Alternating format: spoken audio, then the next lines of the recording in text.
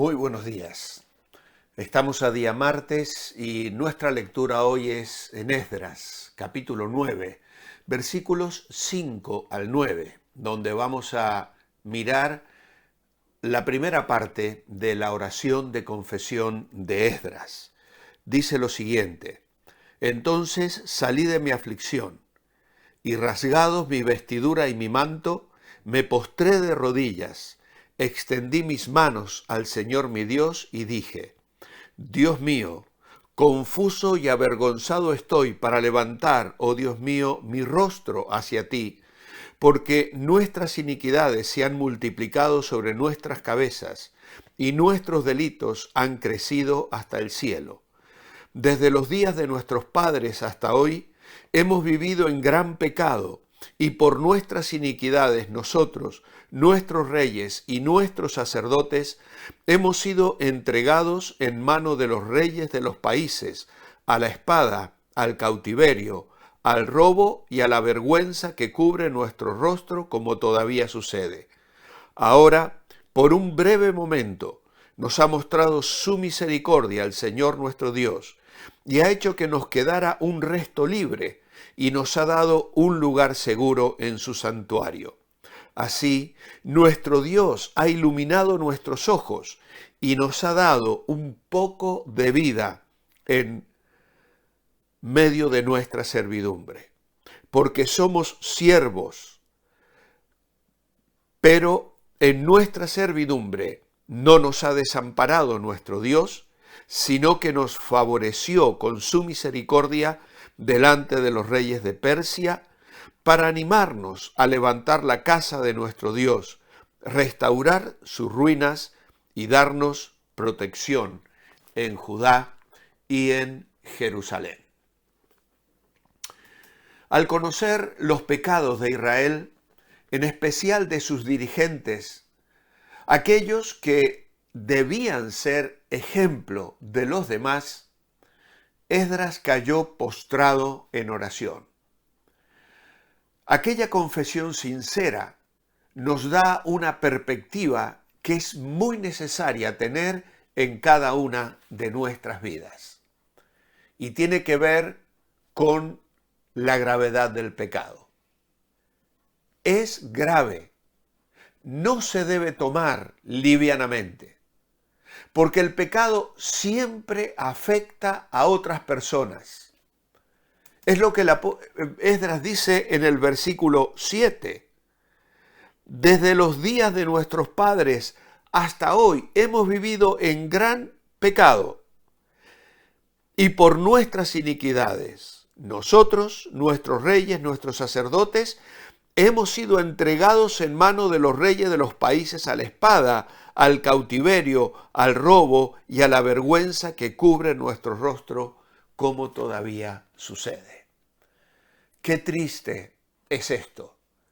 El pecado que envuelve a una nación, envuelve al liderazgo, envuelve a los gobernantes y afecta cada una de las familias en su vida cotidiana y, por supuesto, de un modo general, en la disciplina que Dios tuvo que traer sobre ellos, llevándoles al cautiverio. Esdras se confiesa también pecador, a pesar de que él no tenía una esposa pagana. Y hay un sentido en el que a veces necesitamos asumir la responsabilidad de la sociedad a la cual pertenecemos.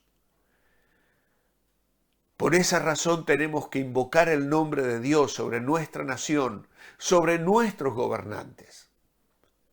Pedir que se arrepientan, pedir que actúen en el temor de Dios.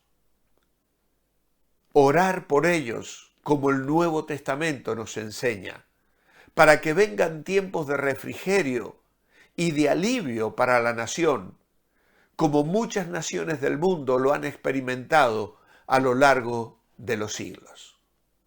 Ahora Esdras reconoce que Dios había sido misericordioso con ellos, que les estaba dando una oportunidad de revivir, de tener comunión con Dios nuevamente en un lugar seguro, bajo la luz de una relación íntima con Dios.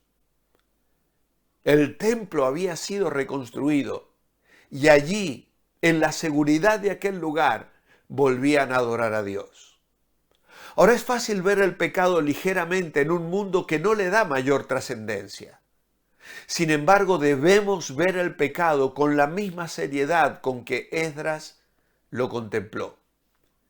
La oración de Esdras confesó los pecados de su pueblo.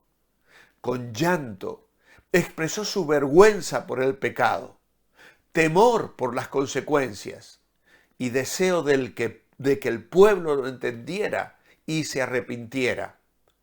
Su oración conmovió al pueblo hasta las lágrimas, como lo veremos en el siguiente capítulo.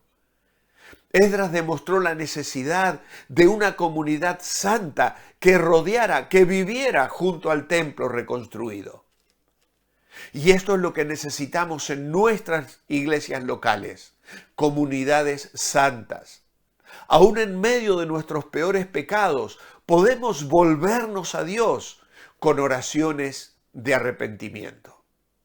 Una de las cosas que sorprenden en la reacción de Esdras es la intensidad de su vergüenza y de su dolor. Se siente confuso y avergonzado por los pecados de su nación, porque él mismo, aunque no era culpable del pecado del matrimonio mixto, asume como propio el pecado de los demás. En nuestros días, cuando muchos sienten poca responsabilidad hasta por sus propios pecados, nos parece extraño que alguien se sienta culpable y dolido por los pecados de otros. Una reacción más común podría ser sentirse superior, como el fariseo, que le agradecía a Dios por no ser tan pecador como el publicano en Lucas 18. Los líderes políticos de la actualidad rara vez se sienten obligados a renunciar por causa de los delitos de sus subordinados.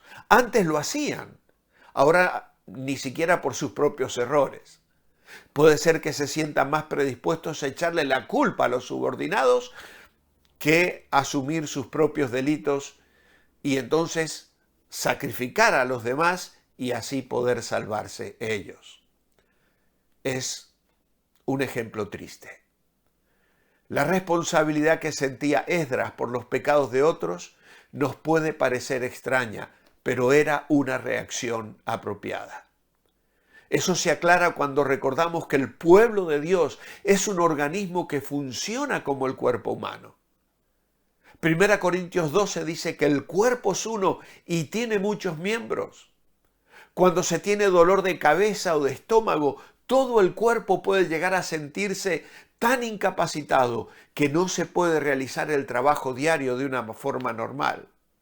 El veneno que entra al cuerpo por medio de una herida en el pie puede llevar a la muerte a todo el cuerpo. De la misma manera, cuando una parte de la nación de Israel desafió la ley de Dios, toda la nación sufrió las consecuencias devastadoras de ese pecado, es decir, el cautiverio bajo el yugo de naciones paganas. También hoy, cuando un miembro del cuerpo de Cristo, de la iglesia, comete un pecado grave, la obra de toda la iglesia puede sufrir. Cuando se pasa por alto el pecado del que no ha habido arrepentimiento, el veneno se puede extender a otras partes del cuerpo.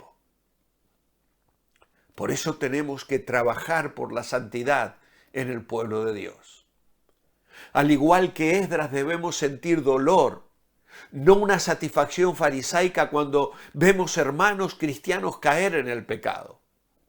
Como Esdras y como Moisés en el tiempo del becerro de oro en Éxodo 32, debemos interceder por nuestros hermanos en Cristo ante el trono de gracia, orando para que Dios les otorgue el arrepentimiento.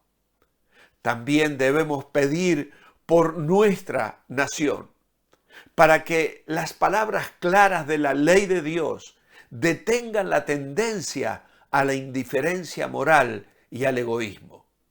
Si la gente de una nación cualquiera vive de una forma irresponsable, indiferente a la ley de Dios, a la larga toda la nación pagará el precio. No solo será culpa de los otros que están allá afuera en alguna parte, nosotros también compartiremos la culpa. Mi reflexión personal esta mañana.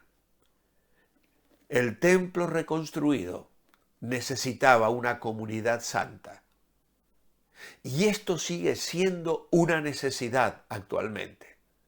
Podemos tener agradables edificios, cómodas instalaciones, pero la vida y el poder de Dios se manifiestan sobre un pueblo que busca la santidad, que hace la voluntad de Dios y que se esfuerza por agradarle en todo.